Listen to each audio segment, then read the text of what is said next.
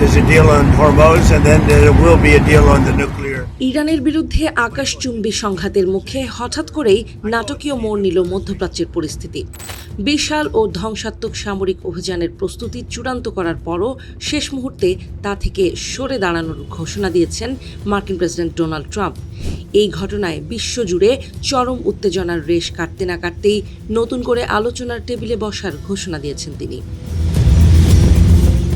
Air force ওয়ানে থাকা অবস্থায় সাংবাদিকদের মুখোমুখি হয়ে মার্কিন প্রেসিডেন্ট বলেন, ইরানের সঙ্গে নতুন দফার আলোচনা সোমবার দুপুর থেকেই শুরু হতে যাচ্ছে।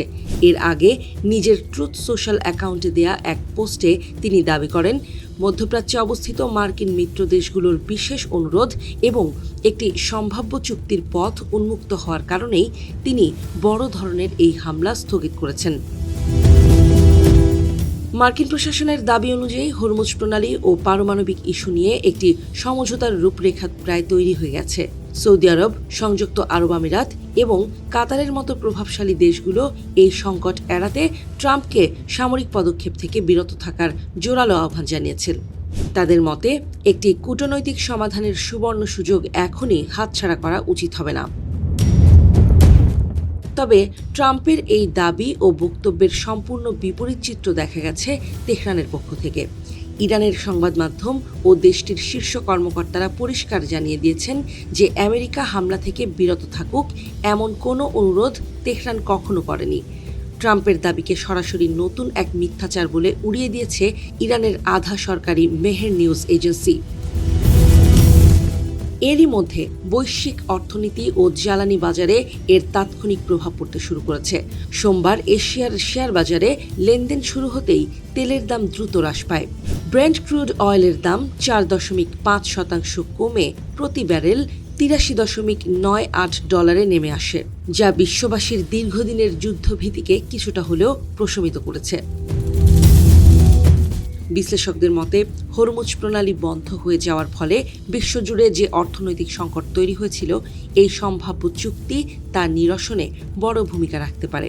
উল্লেখ্য, বিশ্বজুড়ে ব্যবহৃত তরল প্রাকৃতিক গ্যাস ও জ্বালানি তেলের প্রায় 20%ই এই গুরুত্বপূর্ণ প্রণালী দিয়ে পরিবাহিত হয়, যা সাম্প্রতিক সংঘাতের কারণে মারাত্মকভাবে বিঘ্নিত হচ্ছিল। তবে এত কিছুর পরও তেহরান মার্কিন বা পশ্চিমা হুমকিকে কোনোভাবেই হালকাভাবে নিচ্ছে না।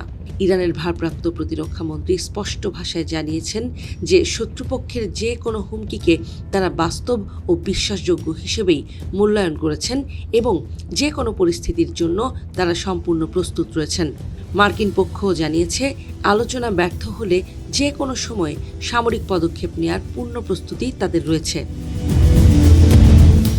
সব মিলিয়ে চরম অনিশ্চয়তা ও আশঙ্কার দোলাচলে থাকা মধ্যপ্রাচ্যের পরিস্থিতি কোন দিকে মোড় নেবে তা নির্ভর করছে সোমবার শুরু হতে যাওয়া এই নতুন কূটনৈতিক বৈঠকের ফলাফলের উপর।